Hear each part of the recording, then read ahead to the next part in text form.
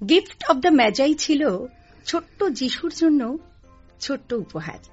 সেই উপহার ছিল এমনই অপূর্ব যার সত্যি কোনো বিকল্প হয় না। আজ 25শে ডিসেম্বর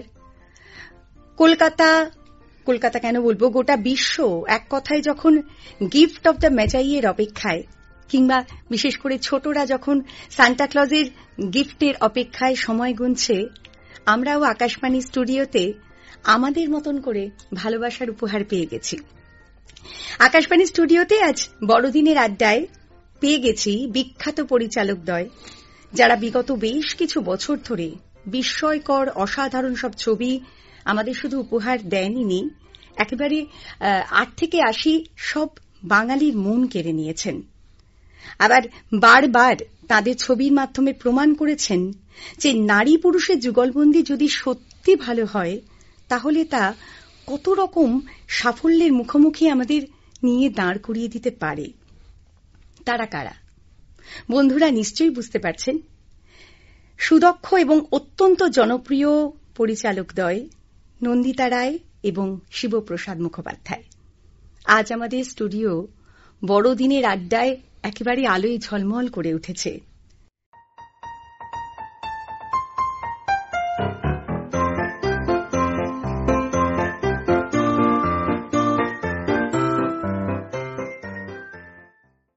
শিবপ্রসাদ দা এবং নন্দিতা দি দুজনকেই আকাশবাণীর মহিলা মহলে স্টুডিওতে স্বাগত। নমস্কার এবং অনেক অনেক ধন্যবাদ। নমস্কার। আকাশবাণীর সমস্ত শ্রোতা বন্ধু যারা আছেন তাদেরকেও অনেক অনেক ধন্যবাদ, শুভেচ্ছা। নতুন বছর আসছে, আর আপনাকেও। দিদিকে স্টুডিওতে আগে একবার আমরা পেয়েছি, সুতরাং দিদির অভিজ্ঞতাও আমাদের মহিলা মহলে দিদি ভাগ করে নিয়েছেন। শিবপ্রসাদ দাকে প্রথমবার পাচ্ছি, তাই খুব জানতে ইচ্ছে করছে। রেডিও জকির অভিনয় করেছেন এক সময়, আজকে গেস্ট হিসাবে আকাশবাণীর স্টুডিওতে কেমন লাগছে? একটা গা ছমছম করা একটা উপলব্ধি আছে, তার কারণ যখনই আপনি এইরকম একটা প্রতিষ্ঠানের করিডোর রয়েছে তার মধ্যে দিয়ে যখন আপনি হাঁটবেন, তখন মনে হয় কত স্মৃতি, কত কিছু রয়েছে। শুটিং এর ভেতরে শুটিং করা সেটা তো একটা আলাদা ব্যাপার, অভিনেতা হিসেবে শুটিং করছি। আপনাদের কাজটা অনেক বেশি ডিফিকাল্ট। শুটিং এ রিটেক থাকে, এখানে কোনো রিটেক থাকে না। আর শুটিং এ যেটাই হয় সেটাকে আপনি আপনার যা কিছু রয়েছে সেটাকে আপনি পরিবর্তন করতে পারেন, অনেক কিছু করতে পারেন। কিন্তু এখানে আপনাদের যেটা করতে হয় সেই জিনিসটা অনেক কঠিন কাজ, যে কাজটা অনেক পেশাদারিত্বের সঙ্গে আপনারা করবেন, সেটা আমাদের পক্ষে করা সম্ভব নয়। ছবি নিয়ে তো কথা বলবোই, ছবির দুজন মানুষকে এনেছি, শ্রোতা বন্ধুরা তো ছবির কথা শুনবেনই। কিন্তু মহিলা মহলে আমরা যেটা সবসময় খুঁজি, যে মানুষদের আনি তাদেরকে ঘরোয়া রূপে দেখতে চাই। তো তেমন করেই আমরা আজকে কিন্তু ঘরোয়া দিদি আর ঘরোয়া দাদার গল্প শুনব। তো দিদির কাছে যাই, শিবুদাকে কি করে পেলেন?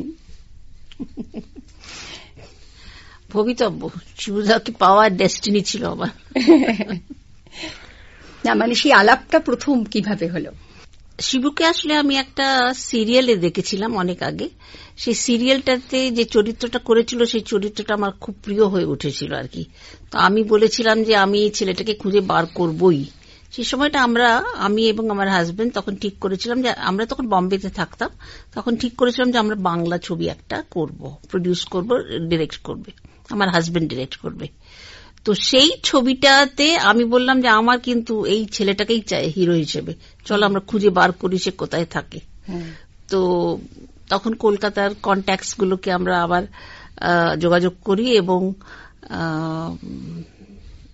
সঞ্জীব চট্টোপাধ্যায়, উনি লেখক, ওনার সাথেও আলাপ ছিল। ওনাকে আমরা জিজ্ঞেস করেছিলাম, উনি বলেছিলেন ও তো বরানগরের ছেলে, তো আমার বাড়ি, আমি চিনি ছেলেটাকে, এখানেই থাকে।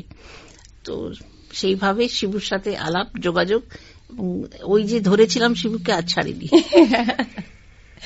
ছাড়ার কোনো প্রশ্নই নেই, একটা অসম্ভব ভালো যুগলবন্দি যেটাকে বলা যায়।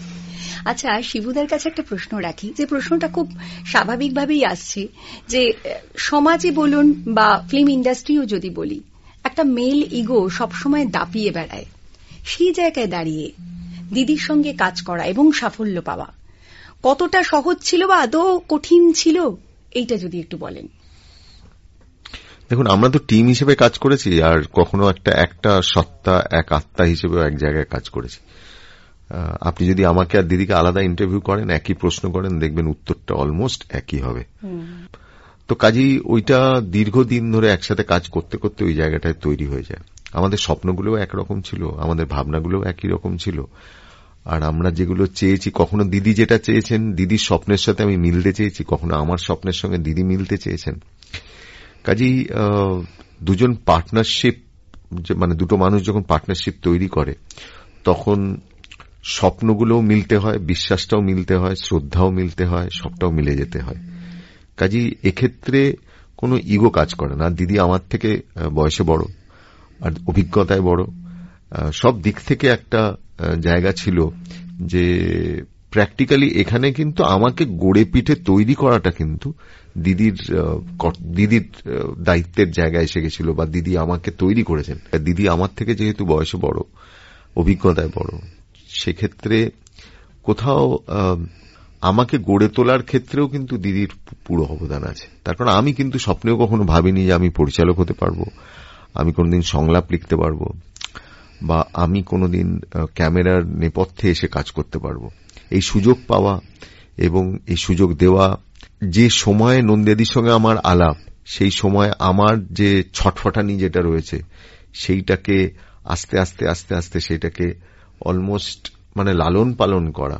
তার কারণ তখন আমার 24 বছর বয়স, এবং একটা 24 বছর ছেলে তার যে ছটফট করছে যে আজকে এক্ষুনি এটা করে ফেলবো, ওইটা করে ফেলবো, কালকে এইটা করতে ইচ্ছে করছে, কিন্তু প্রত্যেকটা জিনিসের জন্য এই যে অপেক্ষা দরকার, প্রত্যেকটা জিনিসের জন্য একটা নির্দিষ্ট টাইম দরকার, এই জিনিসটা কোথাও দিদির কাছ থেকে পাওয়া। কাজেই এখানে মেল ইগো বলে কিছু নেই। এখানে দুটো মানুষের পার্টনারশিপে কখনো কোনো ইগো থাকতে পারে না। অহংবোধ তো কোনো সম্পর্ক তৈরি করে না, সম্পর্ক ভেঙে দেয়। ঠিক। আচ্ছা, আপনার অনেক ইন্টারভিউতে আমি শুনেছি, এটা খুব সুন্দর করে বলেছেন আপনি, যে নন্দিতাদির নামটি কেন আগে রাখা হয় না, কেন আমার ছবির ক্ষেত্রে বলা হয় শিবপ্রসাদের ছবি, কেন দিদির ছবি নয়। এই যে জায়গাটা, এই যে এটাকে আমি উদারতা বলবো না, এটা বোধহয় নিজেদের মধ্যে একটা সুন্দর কেমিস্ট্রির জায়গা থেকেই আসে। তো এই জায়গাটা আপনি যদি আরেকবার একটু বলেন, মানুষের কাছে পৌঁছয় কথাটা। দেখুন, এক তো আপনি যখন ধরুন সেলিম জাভেদ নামটা যখন বলেন, আব্বাস মুস্তান বলেন, তো তারা তো কোনো একটা কথা মাথায় রেখেই সেলিম জাভেদ বা আব্বাস মুস্তান বলে। তো আপনি কখনো শুনবেন না ওটা জাভেদ সেলিম হয়েছে, কখনো ওটা শুনবেন মস্তান আব্বাস হয়েছে, কখনো ওটা তো একটা ছন্দ মিলিয়ে নামটা তৈরি হয়েছে।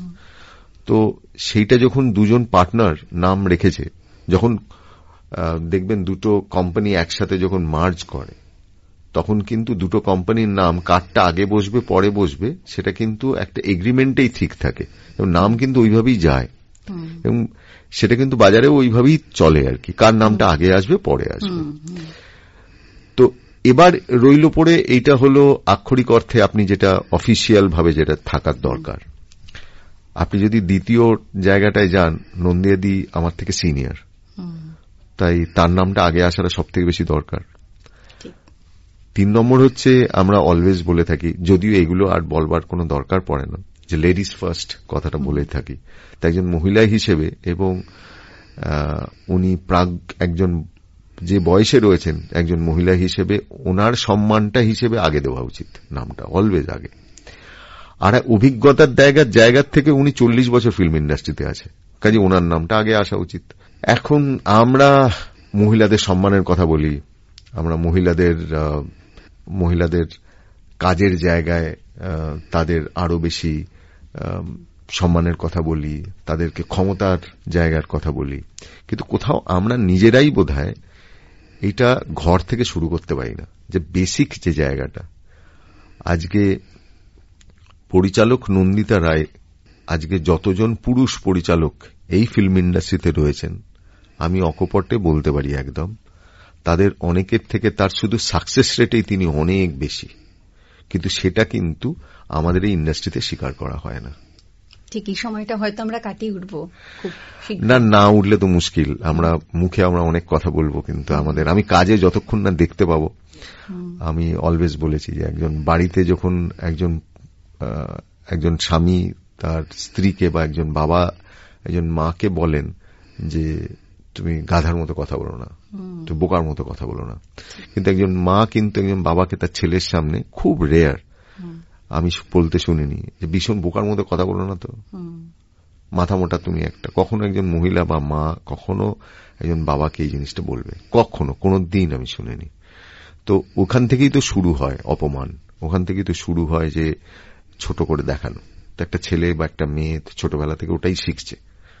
তো ওটা বোধহয় ঘরেই প্রথম জিনিসটা আটকাতে হবে, যে জিনিসটা করা যায় না, সম্মানের জায়গাটা দিতে হবে। আর ছবি তো সমাজেরই একটা একদমই তাই, একদমই তাই। আচ্ছা দিদি, এই যে খুব সুন্দর কতগুলো কথা বলছিলেন শিবপ্রসাদ, সত্যি ভালো লাগছে শুনতে। ভালো লাগছে এই কারণে যে মানুষটা বলছেন তার কাজের ক্ষেত্রেও কিন্তু সেগুলো আমরা বারবার দেখেছি। এই যে এতগুলো ছবি, সব ছবিতেই কিন্তু আমরা মেয়েদেরকে পেয়েছি একটা খুব বোল্ড ক্যারেক্টারে, খুব সাহসী, খুব শক্তিশালী। যে কটা নারী চরিত্র থেকেছে ছবিগুলোতে, সব জায়গায় কিন্তু নারী শক্তিকে একটা অন্যরকম ভাবে দেখানো হয়েছে। এই ভাবনাটা কি দুজনের মিলিতভাবে আসা, মানে এর জন্মটা কোথায় দিদি? মিলিতভাবে আসা। আমরা দুজনেই চাই যে নারী শক্তি বা নারীকে সেই সম্মানটা দেখানো। আর আমি এই ধরনের নারীকে দেখতে চাই সমাজে। শিবও দেখতে চাই, আমিও দেখতে চাই। সেজন্য আমাদের গল্পের মধ্যে দেখবে বা আমাদের ছবিতে দেখবে যে নারীরা শক্তিশালী, তাদের একটা চরিত্র আছে, তাদের একটা কথা বলার জায়গা আছে। মানে নারী চরিত্র কখনো খুব নেগেটিভ ভাবে দেখানো হয়নি। আচ্ছা দিদি, শিবপ্রসাদ দা তো পরিচালক, সে তো আমরা দেখতে পাই না, অভিনেতা শিবপ্রসাদ দাকে দেখতে পাই। আপনার চোখে শিবপ্রসাদ দা অভিনেতা হিসাবে কতটা? 100-র উপরে যদি কিছু থাকতো তার উপরেও আমি যেতাম। মানে পরিচালক শিবপ্রসাদ দা আর অভিনেতা শিবপ্রসাদ দা, কাকে নাম্বার বেশি দেবেন? আমি অভিনেতাকে বেশি নাম্বার দেব। আচ্ছা আচ্ছা, শিবপ্রসাদ দাকে যে আপনি অভিনেতার চরিত্রেই রাখেন, মানে অভিনেতা হিসাবেই রাখেন বেশিরভাগ সময়টা, এতে কি আপনার ক্ষেত্রে একটু চাপ বেড়ে যায়? না, কোনো চাপ বাড়ে না, কারণ আমি জানি যে আমার পাশে শিবু আছে। আর আমার যদি কোনো অসুবিধে থাকে তাহলে ওর সঙ্গে সঙ্গে আমার পাশে এসে দাঁড়ায় আর কি। আমার কোনো চাপ থাকে না, আমি খুব মানে নিশ্চিন্তে কাজ করতে পারি, কারণ আমার টিমটা এত ভালো। শুধু শিবু বলবো না, ঘিরে থাকে তারা এত মানে প্রোটেক্টিভ আর এত ভালো, তাদের মানে তারা কাজটা এত ভালো করে করে। আমি ভীষণ আনন্দ মানে পাই যখন কাজটা করি আর কি। ভালো লাগে কাজটা করতে। আমার কোন রকমের কোনদিন আজ অব্দি কোন রকমের অসুবিধা হয়নি। আমার মনে হয় শিবু সেটা টেক কেয়ার করে, যাতে দেখে যে দিদির যাতে কোন রকমের অসুবিধা না হয়। আমার মনে হয় টিমকেও আগে থেকে বলে রাখে আর কি, দিদিকে সামলিও কিন্তু তোমরা সবাই মিলে। আচ্ছা, এমন কখনো হয় না মানে শিবুদাকে সামলাতে হয় আপনার, শিবুদার উপর খুব রাগ হয়ে গেল কোনো কারণে? এরকম তো হয় একসঙ্গে কাজ করতে গেলে। এরকম কখনো হয়েছে কি যে কাল থেকে আর শিবুর সঙ্গে কথাই বলবো না? হ্যাঁ, প্রায় হয়, কাল থেকে কথা বলবো না, কিন্তু পারি না। হ্যাঁ, অসম্ভব ভালো একটা গাঁট ছড়া আর কি, মানে সমস্ত সম্পর্কের একটা গাঁট ছড়া প্রয়োজন, এখানেও সেটা কাজ করছে। আচ্ছা, এবার একটা প্রশ্ন রাখি, প্রশ্নটা দুজনের জন্যই রইল, যে একেবারে সাম্প্রতিকতম ছবি বহুরূপী, চরিত্রের প্রয়োজনে বহুরূপী সাজার মাধ্যমে একটা প্রায় লুপ্ত একটা লোকশিল্পকে আপনারা তুলে এনেছেন। কখনো আবার দেখেছি প্রফেশন, কোন স্পেশাল প্রফেশন, সেটা চিকিৎসকের হতে পারে, কিংবা একজন রেডিও জকির হতে পারে, অথবা একজন সাদামাটা সাধারণ ফার্নিচার ব্যবসায়ী, বা একেবারে সাধারণ একজন বাবা। এই যে প্রোটাগনিস্ট নির্বাচন, এটা এদের মধ্যে কোনো হিরোইজম নেই আপাত দৃষ্টিতে, এরা অনেক কিছু পারে, সুপার হিউম্যান নয়, কিন্তু সাধারণ, আমাদের মতন সাধারণ মানুষ থেকে উঠে আসা প্রোটাগনিস্ট। এদের নিয়ে যে কাজ করছেন, এই ভাবনাটা কিভাবে এসেছে? এর কি কোনো ভিত আছে যেখান থেকে ভেবেছেন এই কাজটা অনেক বেশি সাকসেসফুল হবে? আমার তো মনে হয় যে সাধারণ মানুষরাই হিরো আমাদের। আমি কিন্তু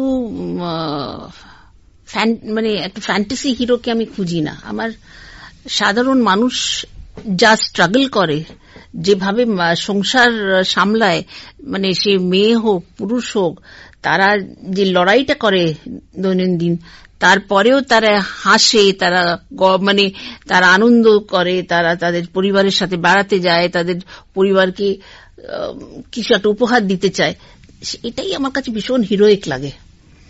যে সংসারকে জয় করতে পারে, সত্যি সংসারে যে কত রকমের প্রবলেমস আছে, মানে সমস্যা আছে আমাদের চারিদিকে, এত সমস্যার মধ্যে দিয়ে তার মধ্যে যদি একটা মানুষ সেটাকে জয় করে যদি আনন্দ আনতে পারে তার পরিবারে, তাদের হাসাতে পারে, তাদের ভালো রাখতে পারে, সে আমার কাছে খুব বড় হিরো।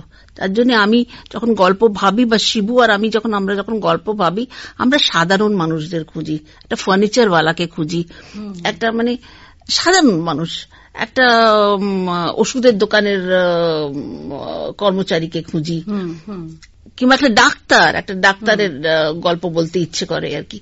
এদের গল্প না ভীষণ ইন্টারেস্টিং। আমি সবসময় মনে করি যে গল্প কিন্তু এই সাধারণ মানুষদের কাছ থেকেই পাওয়া যায়, তারাই আমাকে গল্প দেয়, সেই গল্পগুলোকে আমরা তৈরি করি এবং আমরা তাদের ওপরই ছবি বানাই।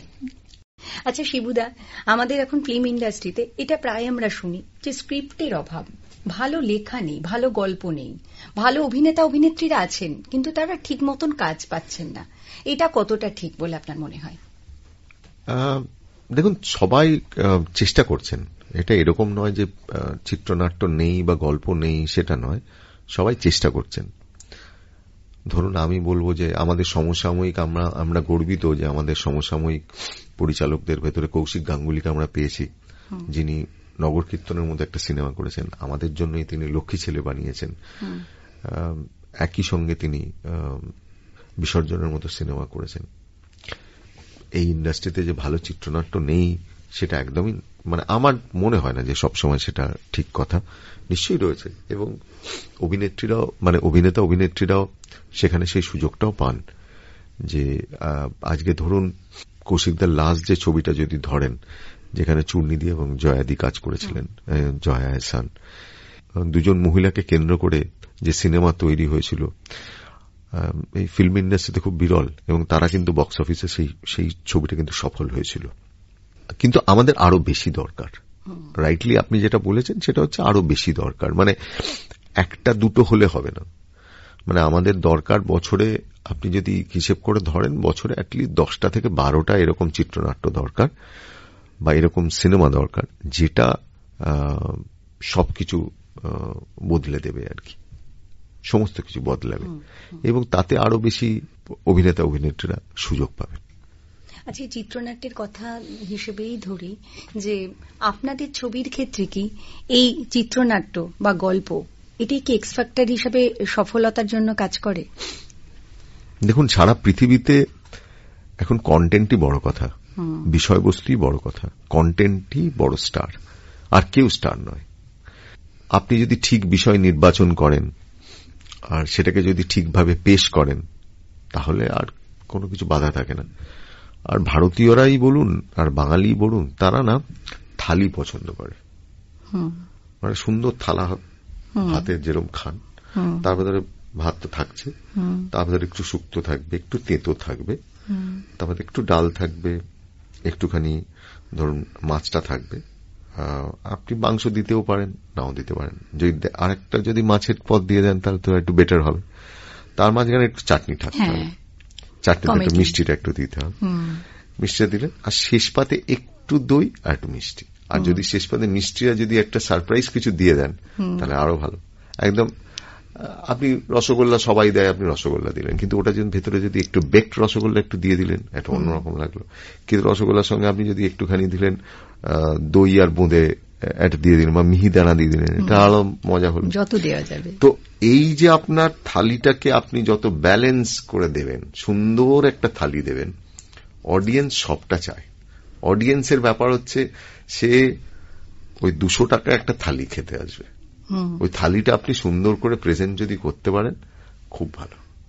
ঠিক, এটা হচ্ছে একদম তাই, একদম ঠিক কথা। আপনার গল্পের ভেতরে সব থাকতে হবে, সুন্দর জিনিস। আমি আর মানে একদম সবাই মিলে দেখতে দেখতে যাবো, সুন্দর একদম, মানে ছবি তো একটা উৎসব, তাই না? সেই উৎসবে সবাই না যেতে পারলে তো সেই উৎসবটা সাকসেসফুল হবে 100%।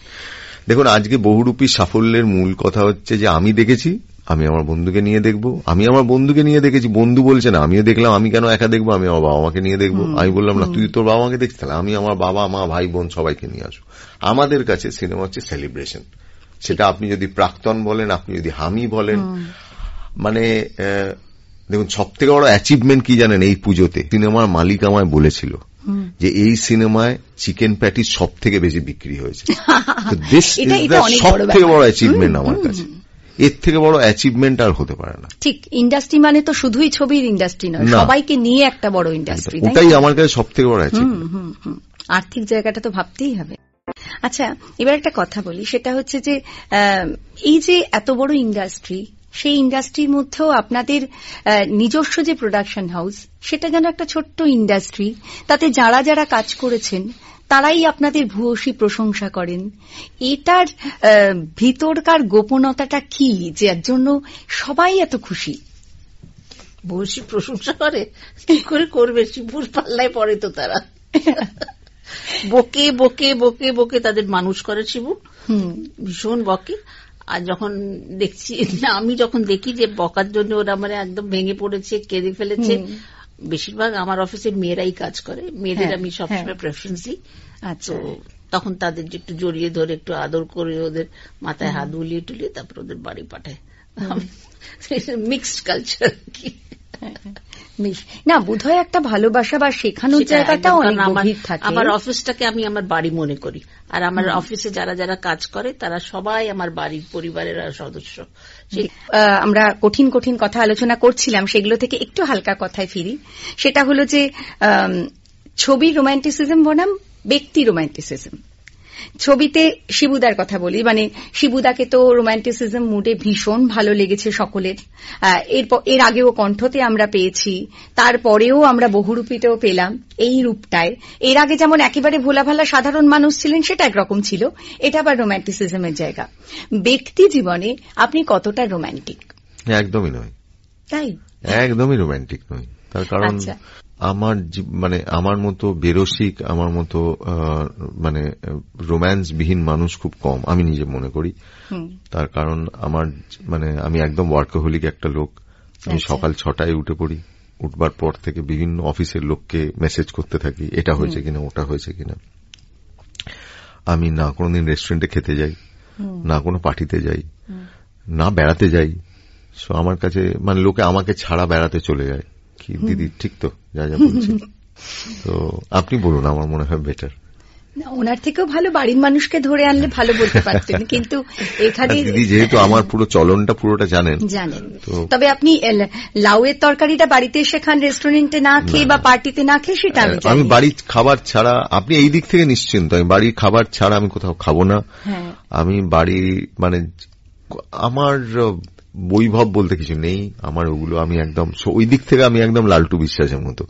আমি একদম সাদা সিধে, আপনি বাড়ির খাবার, বাড়ির একদম ওর থেকে বেশি আমার এক্সপেকটেশন বেশি কিছু না। আমার শখ বলতে আমি গাড়ি চালাতে ভীষণ পছন্দ করি, তো আমার নিজে ড্রাইভ করি, ওটাই আমার একমাত্র। তার কারণ গাড়ি যখন চালাই আমি গান শুনি, তো ওইটা যখন শুনি ওটা হচ্ছে গল্প তৈরির সময় আমার নিজে গানটা শুনতে থাকি। আমার যত আমাদের গানের যে সেশনও হয়, আমাকে মিউজিক ডিরেক্টররা পাঠায়, সেটাও আমি গাড়িতেই শুনি। তো ওইটা একটা টাইম। কখনো কখনো দিদিকে গাড়িতে তুলে নিই, যে আমরা একসাথে শুনতে শুনতে যাই। এই জায়গাটাই টাইম, এর বাইরে আর কোনো কিছু নেই। আর বাকিটা হচ্ছে অফিস থেকে বাড়ি, বাড়ি থেকে অফিস। আচ্ছা, আর প্রেম শব্দটার ডেফিনেশন কি? প্রেম শব্দটা ডেফিনেটলি সকলের জীবনেই আছে, সেটা কম বা বেশি বা উদাসীনতা স্তরে যেখানেই থাক, প্রেম তো যে কোনো মানুষের সম্পর্কেই থাকে। সেটা বলতে কি বোঝেন আপনি? প্রেম ভালো লাগা, একদমই একদম ভালো লাগাটাই প্রেম। কাজের প্রতি প্রেমটাও একটা প্রেম। হ্যাঁ, এর বাইরে আর কিছু নেই। আপনার যদি কোনো জিনিসে ভালো লাগে, সেটাই আপনি কাজের জায়গাটাও প্রেম, আপনার অনেক কিছুর প্রতি প্রেম। আমার ধরুন, আমার জীবনের অন্যতম প্রেম হচ্ছে ভরা অডিটোরিয়ামে বসে নিজেদের সিনেমা দেখা। আর আমি উল্টো দিক করে সিনেমাটা দেখি, স্ক্রিনের দিকে তাকিয়ে না। দর্শক কতজন আছে? আপনি কিন্তু আপনার পুরো সিনেমাটা দর্শকের মুখ এবং চোখ দিয়ে দেখতে পাবেন। আপনার সিনেমা কেমন হয়েছে সেটা আপনি কিন্তু দর্শকের হাতে একটা পপকর্ন থাকে, পপকর্নের মুভমেন্ট অনুযায়ী আপনি বুঝতে পারবেন, হাতের মুভমেন্ট অনুযায়ী, যে আপনার সিনেমা কেমন চলছে। যদি দর্শক টপাটপ খালি খেয়ে যায়, তাহলে বুঝবেন নর্মাল গল্প যাচ্ছে, কিন্তু একটা জায়গায় পপকর্ন আটকে গেল, পপকর্ন মুভ করছে না, আর আটকে গেল, তখন বুঝবেন যে গল্পটার ওর ভেতরে মুভমেন্ট আছে। ভেরি ইন্টারেস্টিং হচ্ছে দেখা। মোবাইল জ্বললো কি জ্বললো না পর্দায়, এটার উপর নির্ভর করে কিন্তু আপনার গল্পের গতি। ঠিক, একদম। যদি আমি ধরুন কোন অডিটোরিয়ামে উপর থেকে দেখি যে তলার যে রিয়েস্টলে যদি একজনেরও মোবাইল জ্বলে, তাহলে বুঝবেন যে সেই লোকটা আপনার গল্পের সঙ্গে নেই। কিন্তু যদি দেখেন যে সবগুলো লোকের কারুরই মোবাইল জ্বলছে না, তাহলে আপনি শিওর শট থাকুন আপনার সিনেমা নিয়ে। মানে এই দেখাটাও একটা অদ্ভুত প্রেম, এটাও কিন্তু প্রেম। হ্যাঁ হ্যাঁ, অন্য রকমের প্রেম। আর একটা প্রেম হচ্ছে প্রত্যেক দিন আপনি একটা সিনেমা তৈরি করবেন, সেটার প্রতি একটা প্রেম। আপনার কাজের প্রতি প্রেমটাই কিন্তু আমার কাছে সবথেকে বড় প্রেম। ঠিক। আচ্ছা দিদি, নারী পুরুষের সম্পর্ক নিয়ে, তাদের ভালোবাসা নিয়ে, বিচ্ছেদ নিয়ে কত কিছু লিখেছেন, বলেছেন, এবং এমন করে ভিজুয়ালাইজ করিয়েছেন আমরা নিজেরাও বুঝিনি যে আমরা এটা চাই। আমরা মেয়েরা কি চাই আমরা মেয়েরাও ঠিক করে জানি না, বা একজন পুরুষ মানুষ কি চান আদপে সেটা তিনিও হয়তো ঠিক করে জানেন না। তিনি জেনেছেন আপনার ছবির মাধ্যমে। তাহলে আপনার কাছে নারী পুরুষের সম্পর্ক বা প্রেম কিভাবে আসে? নারী পুরুষের সম্পর্ক ডেফিনেটলি খুব খুব ইম্পর্টেন্ট। একটা পুরুষ নারীকে ছাড়া বাঁচতে পারে না, যদি বলে সে বাঁচতে পারে সেটা মিথ্যে, এবং একটা নারী পুরুষের ছাড়া বাঁচতে পারে না। ভগবান দুজনকেই পাঠিয়েছে, একটা কারণেই পাঠিয়েছে। এই জন্য দুজন দুজনকে চেনা, দুজন দুজনকে শ্রদ্ধা করা, দুজন দুজনকে ভালোবাসা, সেটাই আমার কাছে মেন। আমার যেটা মেন মনে হয় প্রেম ক্ষেত্রে, যে যদি দুজন দুজনকে ইকুয়াল স্টেটাস দিতে পারে, যদি পুরুষ রেকগনাইজ করে যে আমার যাকে আমি ভালোবাসি, যাকে আমি বিয়ে করব, বা যে নারীর সাথে আমি থাকতে চাই, তাকে আমি আমার মানে সমান মনে করি। আমি তাকে, যেহেতু সে আমার বউ, তাকে আমি ছোট করে দেখব না, তাকে ইকুয়াল অপরচুনিটিস দেব, তাকে ইকুয়াল সুযোগ দেব। আমি একটা সিম্পল ঘটনা বলছি, মানে যখন খেতে বসছি টেবিলে, সেখানে পুরুষ মানুষ যদি তার বউকে আগে সার্ভ করে, সবসময় বউ কেন সার্ভ করবে ভাতটা? যদি একটা স্বামী যদি তার বউকে আগে দেয়, তার মেয়েকে আগে দেয়, তার ছেলেকে পরে দেয়, তারপর সে নিজে নেয়, এটা সুন্দর জেস্টার। এই জেস্টারটা হচ্ছে প্রেম।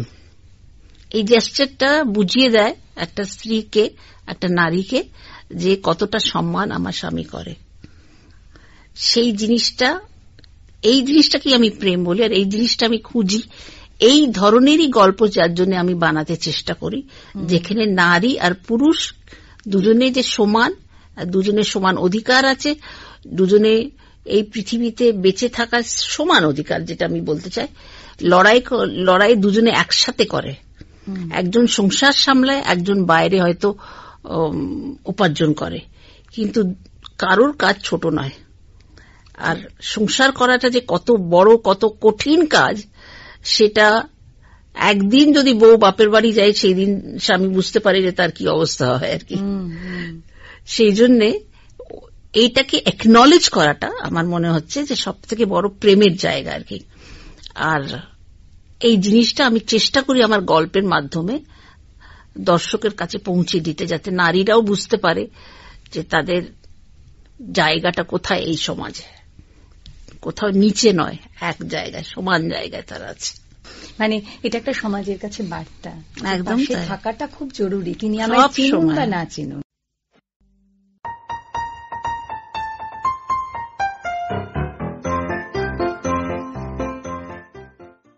এবার একটু মায়ের প্রসঙ্গে চাই। এই গরম ভাতের ভাব, এই ব্যাপারটা, মা তো আমাদের মহিলা মহলের সব থেকে গুরুত্বপূর্ণ জায়গায় আমরা মহিলা মহলে রাখি মাকে, আর আমাদের বাড়িতে পরিবারেও মা একটা অন্য রকম জায়গায় রয়েছে। তো সেই জায়গা থেকে আমি প্রথমে শিবুদার কাছে জানতে চাইব, মা আপনার কোথায় আছেন আর কতটা আছেন? আমার জীবনে সব আমার মা, মানে আমার জীবনের সবটা জুড়েই রয়েছে। মার আশীর্বাদ পেয়েছি বলেই বোধহয় জীবনে যা কিছু মানে পেয়েছি, যা কিছু অর্জন করেছি, মার আশীর্বাদ ছাড়া কিছুই হতে পারে না। আর মাকে ছাড়া আমার কোনো জগৎ নেই।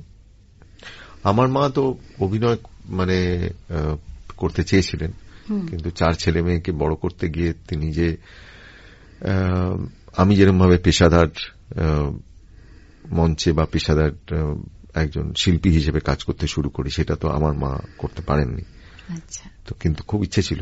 তো আমার মা, আমার যে প্রথম অভিনয়ের শিক্ষাগুরু তিনি আমার মা, আচ্ছা, উনি আমাকে শিখিয়েছেন কিভাবে কথা বলতে হয়, কি উচ্চারণ কি করে করতে হয়, পরিষ্কার উচ্চারণ কিভাবে হতে পারে। উনি কি কোথাও নাটক করতেন?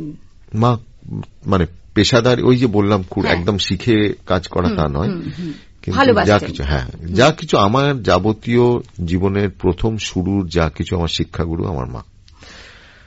তো সেখান থেকে জায়গাটা তৈরি হয়। আর নাটকের যে চলন বা নাটকের এই যে অজিতেশ বন্দ্যোপাধ্যায়, রুদ্রপ্রসাদ সেনগুপ্ত, উৎপল দত্ত, সৌম্য মিত্র, তৃপ্তি মিত্র, এদের সমস্ত মানে এদের কথা সেগুলো বাড়িতে শোনা, কাজেই নাটকের প্রতি যে শ্রদ্ধা, যে আস্থা, যে বিশ্বাস, যে স্বপ্ন সেগুলো যে গড়ে উঠেছিল সেটা আমার বাড়িতে আমার মা, আমার দিদি তাদের ভেতর থেকেই আসে আর কি।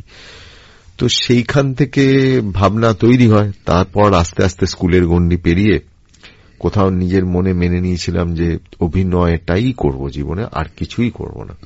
তাই আমি একদম সবকিছু জীবনটা অভিনয়ের সঙ্গেই মানে এই ইন্ডাস্ট্রিতে নিজের জীবনটা দিয়ে দেবো এই হিসেবেই আমি নান্দিকারে থিয়েটার করতে যাই এবং হোল টাইমার হিসেবে কাজ করতে চেয়েছিলাম। আর আমি কিন্তু নান্দিকারে যখন ছিলাম তখন কিন্তু কখনো সিনেমার কথা ভাবিনি, আমি থিয়েটার করব সেটাই ভেবেছিলাম। তো কাকতালীয় ভাবে জীবনে থিয়েটারটা এসে যায়।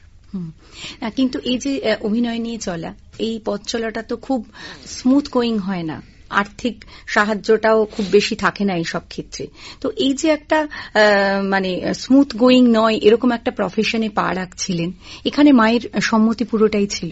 ওই যে বললাম যে মা যখন বুঝেছিলেন যে আমার কাছে আমার স্বপ্নটা অনেক বড় আর আমার প্যাশনটা অনেক বড়, ইচ্ছেটা অনেক বড়, তো সেখানে আটকে লাভ নেই। তো চেষ্টা হয়েছিল, মা বলেছেন, মা বুঝতে পারছিলেন আপনি যে কথাগুলো বলছেন একটা মধ্যবিত্ত পরিবারে মায়েরা যেমন করে ভাবেন সবাই থাকে, কিন্তু সেই চাপটা এসছিল, তো সেটা খুব বড় হয়ে দাঁড়াচ্ছিল। কিন্তু একটা টাইমে গিয়ে মা আশ্বস্ত হলেন, কারণ আমার জীবনে একজন দ্বিতীয় মা বা দ্বিতীয় এমন একজন গুরুজন আমার জীবনে এলেন, সেটা দেখে মা আশ্বস্ত হলেন যে অন্তত এই মানুষটার সঙ্গে যখন কাজ করতে শুরু করবে সেটা নন্দিতা রায়। তো আমার জীবনের একটা বিরাট বড় টার্নিং পয়েন্ট। সেই জায়গাতে এসে মা কোথাও বুঝতে পারলেন যে আমার জীবনের একটা হিল্লে হতে পারে, যে হিল্লে বলে না আমরা, তো একটা হিল্লে হতে পারে। আচ্ছা, একটার পর একটা ছবি যায়, মা নিশ্চয়ই দেখেন, দেখার পর ওনার অভিব্যক্তি কেমন থাকে? বিভিন্ন সিনেমায় বিভিন্ন ধরনের। মার সব থেকে প্রিয় সিনেমা হচ্ছে হামি। সারাক্ষণই হামি দেখেন, সকালেও দেখতে পারেন, দুপুরেও দেখতে পারেন, রাত্রিরেও দেখতে পারেন, সবসময় হামি দেখতে পারেন। হামি হচ্ছে মার সবচেয়ে প্রিয় সিনেমা। সব থেকে কষ্টের সিনেমা হচ্ছে কণ্ঠ, কিছুতেই কণ্ঠ দেখবে না। হ্যাঁ, অবশ্যই অবশ্যই। মায়ের কাছে তো সন্তান সব থেকে বেশি গুরুত্বপূর্ণ হয়, তার সামান্য কেটে যাওয়া ছড়ে যাওয়া দেখতেও খারাপ লাগে, কল্পনাতেও খারাপ লাগে। আর একটা সিনেমা কোনদিন দেখাবো না, সেটা আমার বস। আচ্ছা, মা আর ছেলের সম্পর্ক, তো ওটা কোনদিন দেখাবো না সিনেমাটা মাকে। ঠিক। আচ্ছা দিদি, আপনার জীবনেও তো মায়ের প্রভাব ছিল, সেটা কিভাবে ছিল? আমার ভাগ্যটা খুব একটা ভালো নয়, কারণ আমার বয়স যখন 22 বছর, জাস্ট বিয়ে করেছি, 1 বছরের মধ্যে আমি আমার মা বাবা দুজনকে হারিয়ে ফেলি। আচ্ছা, সেই জন্য মায়ের কোনোদিনও কল্পনাও ছিল না যে আমি এই দিকে চলে আসবো বা এই আমি কোনোদিন ছবি করব বা ছবি বানাবো না। আমার বাবারও ছিল না, আমার মার ছিল। তো ওরা কিছুই দেখে যেতে পারেনি, মানে ওরা জানতেই পারেননি যে মেয়ের এত সফলতা এসেছে। ঠিক, এইগুলো আমাদের সত্যি পরম পাওয়া, যে আমরা আমাদের নিকট একেবারে কাছের মানুষকেই আমাদের সফলতাটা দেখি আনন্দ পাই। সত্যি সেটা আমি খুব কষ্ট হয়, দুঃখজনক। ঠিক ঠিক ঠিক। কিন্তু এই জায়গা থেকে বলি যে হয়তো আপনি নিজের মাকে পাননি বা বাবাকে দেখাতে পারেননি আপনার এই সাফল্য, কিন্তু বাংলার এত সংখ্যক হাজার হাজার মা চোখে জল ফেলেছেন আপনার বিভিন্ন ছবি দেখে, কখনো আবেগে, কখনো কষ্টে, কখনো আনন্দে আপ্লুত হয়ে। সেটা কিন্তু আপনার ওই পাওয়ার ঝুলিটা পুরোটা পূর্ণ করতে কখনোই পারবে না, কিন্তু অনেকটাই পূর্ণ করেছে বলে আমাদের মনে হয়। একদম তাই। মানে আমার দর্শক যখন আমাকে আশীর্বাদ করে, আমি তাদের প্রণাম করি। কত বয়স্ক লোকেরা, আগের দিনই 81 বছর বয়সের এক মহিলা সিনেমা দেখতে এসছে, মানে তাকে আমরা প্রণাম করলাম দুজনে মিলে। এত কষ্ট করে একটা লাঠি নিয়ে, হাঁটতে পারেন না, তো মানে তাকে প্রণাম করে আমি নিজে খুব মনে শান্তি এলো যে না, আমার মাকে তো পাইনি, একজনকে তো প্রণাম করতে পারলাম আমি। মানুষের মন নিয়ে কাজ করা, যেখানে সম্পর্কের বন্ধন, ওঠানামা, ছোট ছোট গল্প এসেছিল, তারপরে থ্রিলারে হাত রেখেছেন। আমি বলছি, এই যে পরিবর্তনটা, এটাকে একটা এক্সপেরিমেন্ট নাকি আবার মানুষের সম্পর্কেই ফিরবেন? দেখো, আমার খুব মজা লাগে আর কি। থ্রিলার ব্যাপারটা না ইউজুয়ালি ছেলেরা করে, আর ছেলেরা যখন থ্রিলার করে তুমি দেখবে যে তার মধ্যে খুব মারপিট হয়, খুব অ্যাকশন হয়, গাড়ি উড়ে যাচ্ছে, লোক ব্রিজ থেকে পড়ে যাচ্ছে, আকাশ থেকে পড়ছে, অমুক করছে, এক বিন্দু মাত্র আবেগ থাকে না তাতে, শুধু মারপিট আর শুধু মারপিট। ছেলেরা ওই ট্রেলার গুলো কিন্তু ছেলেদের পার্সপেক্টিভে বানানো, ছেলেরা বানায় তাদের নিজেদের জন্য, তারা খুব মজা পায়, খেলনার মতন তাদের কাছে। মারপিট ঢুসুম ঢুসুম হবে, অনেক কিছু হবে। তারা দাঁড়াও, আমি ছেলেদের জায়গাটাতে আমি ঢুকছি এবার, মানে পুরো পরিবার দেখতে পারবে এই থ্রিলারটা। থ্রিলার অন্যরকমও তো হতে পারে। একটা মহিলার পার্সপেক্টিভে যদি থ্রিলার হয়, তাহলে তার মধ্যে আবেগ আছে, তার মধ্যে গান আছে, তার মধ্যে ড্রামা আছে, তার মধ্যে কান্না আছে, তার মধ্যে কমেডি আছে, সব আছে। তারপরে লোকেরা ওটাকে থ্রিলার বলছে, খুব মজা লাগছে সেটা। আচ্ছা, এরপরে যেটা বলবো সেটা হচ্ছে যে এতদিনের পথ চলা আপনাদের দুজনের কাছেই একই প্রশ্ন করব। সময়ের সঙ্গে সঙ্গে নিজেদের বয়স বেড়েছে, অভিজ্ঞতা বেড়েছে। এই জায়গায় দাঁড়িয়ে আমি দুজনের কাছ থেকে আলাদা করে জানতে চাইব, সফলতার সংজ্ঞা কি? আমি বারবারই বলেছি, যে অন্য জায়গাতেও বলেছি, যে আপনি এই যে সফলতাটা আপনার সময় যেটা দেখছেন সেটা সফলতা নয়, সেই সফলতাটা সাময়িক।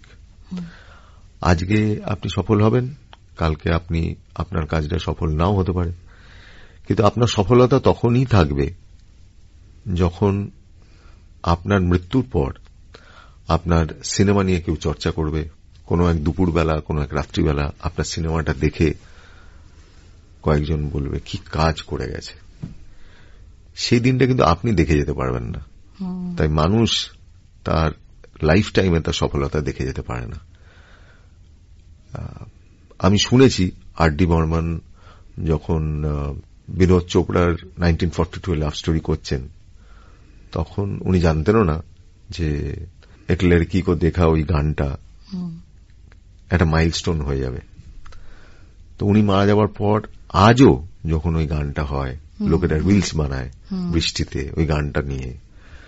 এটা হচ্ছে সফলতা। শিল্পী তার সফলতা কোনো দিন দেখে যেতে পারবে না। দিদি? আমিও একই কথা মনে করি আর কি। মানে এই যে সফলতা, এগুলোকে মনে করছেন যে মানে কুয়াশার মতন। একদম সফলতা তো নিশ্চয়ই বাংলা ছবিকে যে টেনে তুলেছেন, এটা কিন্তু আমাদের বাংলা ছবির জন্য একটা অনেক বড় পাওয়া। যে মানুষ একসময় হল বিমুখ হয়ে গেছিল, হলে গিয়ে ছবি দেখতে চাইতো না, সেটা কিন্তু মানুষ যাচ্ছে এবং পরিবারের সকলে মিলে একটা উৎসবের মতন করে যাচ্ছে। এটা কিন্তু আমাদের সকলের কাছে পাওয়া। হয়তো আপনারা সত্যি বিনয়বশত এগুলোকে সফলতার জায়গায় রাখছেন না, কিন্তু বাংলা ছবির জন্য এটা অনেক বড় সফলতা। আচ্ছা, আমরা একেবারে অনুষ্ঠানের শেষের দিকে চলে এসেছি। এবার জানতে চাইব, বহুরূপী তো এখনো চলছে, সফলভাবে চলছে, মানুষ অত্যন্ত আনন্দের সঙ্গে দেখছেন বহুরূপী। এরপরে আর কি কি রূপে আপনাদের ছবি আসছে? অনেকগুলো পরিকল্পনা আছে। আমার বস রয়েছে রাখিদিকে নিয়ে, রাখি গুলজারকে নিয়ে। এছাড়া আরো পরবর্তীকালে পরিকল্পনা রয়েছে সামনের বছর। এক্ষুনি ডিসক্লোজ করা যাবে না, ওই সবকটাই গিফটে থাকবে। আর তো এবার শেষে বলবো, দিদি এবং শিবুদা, আপনাদের দুজনকেই আমাদের আকাশবাণী শ্রোতা বন্ধুদের জন্য বাংলা ছবি নিয়ে যদি কিছু বার্তা থাকে একটু যদি বলেন। এই যে যেখানে বসে আছি, আকাশবাণীর যে সমস্ত শ্রোতা বন্ধুরা, তাদেরকে বলি, আমার উল্টো দিকে একটা আকাশবাণীর যে মূল চিহ্নটা রয়েছে। আমি ছোটবেলায় বড়নগর রামকৃষ্ণ মিশনের ছাত্র। তো স্বামীজিও একই কথা বলতেন, বহুজন হিতায় বহুজন সুখায়। যে কোনো কাজই হওয়া উচিত বহু মানুষের সুখের জন্য, বহু মানুষের ভালোর জন্য। তাই বাংলা সিনেমা হোক, আপনার নিজের কাজ হোক, যাই কাজ করবেন, সেটা বহু মানুষ যেন তার বহু মানুষের মনের সুখ যাতে হয়। আকাশবাণী দীর্ঘদিন ধরে এই কাজটাই করে আসছে। তারা অসংখ্য মানুষের মনের ভেতরে এই শান্তি এনে দেয়, এই সুখ এনে দেয়, এই হাসি এনে দেয়। তাই আবারও যে আমরা দুজনে যে আমরা এই আকাশবাণীর অংশ হতে পেরেছি, আর আমাদের কথা শুনে যে আপনাদের মনে যদি একটুও আনন্দ হয়ে থাকে, সুখ হয়ে থাকে, কোথাও একটা শান্তি এসে থাকে, তাহলে খুব ভালো লাগবে। আর আমাদের সিনেমাও যদি সেই কাজ করে থাকে, এর থেকে পরম প্রাপ্তি আর কিছু হতে পারে না। ভালো থাকবেন, সুখে থাকবেন। নতুন বছর আপনাদের পরিবারের জন্য, আপনাদের জন্য অনেক সুখ এনে দিক, শান্তি এনে দিক। শিবু খুব সুন্দরভাবে বলেছে সব কথা, আমার মনের কথা, সেই জন্যই আমরা পার্টনার্স। আমি ভাবছি এটা বলবো, তার আগে শিবু বলে দিয়েছে। কিন্তু আমি সবাইকে আমার আন্তরিক শুভেচ্ছা জানাচ্ছি। সত্যি বলছি যে আকাশবাণীতে যখনই আসি তখন একটা গায়ে একটু ছমছম করে। আমি ভাবি যে আমি একটা সামান্য মানুষ, এমন একটা জায়গাতে আসছি সেখানে কত বড় বড় মাপের মানুষরা এসেছে, এখানে তাদের ইন্টারভিউ হয়েছে, তাদের গান হয়েছে, তাদের বাজনা হয়েছে, এবং সেটা আমার কাছে ভীষণ গর্বের কথা। এখানে আসা ভীষণ ভালো লাগে আসতে, সেই জন্য আমি কখনো না বলি না তোমাকে। তো সেই শুভেচ্ছা আমি আমার শ্রোতা বন্ধুদের আমি জানাচ্ছি। আগামী বছর যেন খুব ভালো কাটে আপনাদের, বড়দিন ভালো কাটবে, আগামী বছরটা যেন ভালো কাটে আপনাদের। অসম্ভব ভালো একটা জমাটি আড্ডা, আমরা এতক্ষণ আড্ডাতেই ছিলাম। বড়দিনের আড্ডা, বড়দিনের আড্ডাটা আরেকটু বাড়িয়ে আমরা বড়দিনের পরের দিন পর্যন্ত সেই আড্ডা আমাদের চলল। আশা করি শ্রোতা বন্ধুদের ভীষণ রকম ভালো লেগেছে। আমাদের বিশেষ দুই অতিথি যিনি ছিলেন নন্দিতা রায় এবং শিবপ্রসাদ মুখোপাধ্যায়, অসংখ্য ধন্যবাদ জানাই আমাদের পক্ষ থেকে তাদের, এবং তাদের এই অসাধারণ সব কাজ, সেই কাজগুলো তারা আরও আমাদের দিয়ে আমাদের বাংলা ছবিকে সমৃদ্ধ করুন, এই শুভেচ্ছা রইল আকাশবাণীর মহিলা মহলের পক্ষ থেকে। আর সকল শ্রোতা বন্ধুরা ভালো থাকবেন। যেমন করে বড়দিনে আমরা আশা করে থাকি সান্টা ক্লজ আমাদের বোধহয় সুন্দর করে কিছু উপহার দিয়ে যাবেন, তো সেই আশাটা কতটা স্বপ্ন কতটা বাস্তবে হয় সে কথা, সেই প্রশ্নে যাচ্ছি না, শুধু এটুকু বিশ্বাস রাখি সান্টা ক্লজ আমাদের সুস্থ সুন্দর একটা শান্তিপূর্ণ পরিবেশ দেবেন, এবং শান্তি আর আনন্দ থাকলেই আমরা এই বিনোদনমূলক কাজগুলো করতে পারব। যে বিনোদনে হয়তো বাংলা ছবির মতন এত ভালো ভালো ছবি থাকবে, যেখানে আমরা পারিবারিকভাবে সকলে গিয়ে আনন্দ করে ছবিকে উৎসব করে তুলতে পারব। সকলে ভালো থাকবেন, সুস্থ থাকবেন। এখনকার মতো চলি, নমস্কার।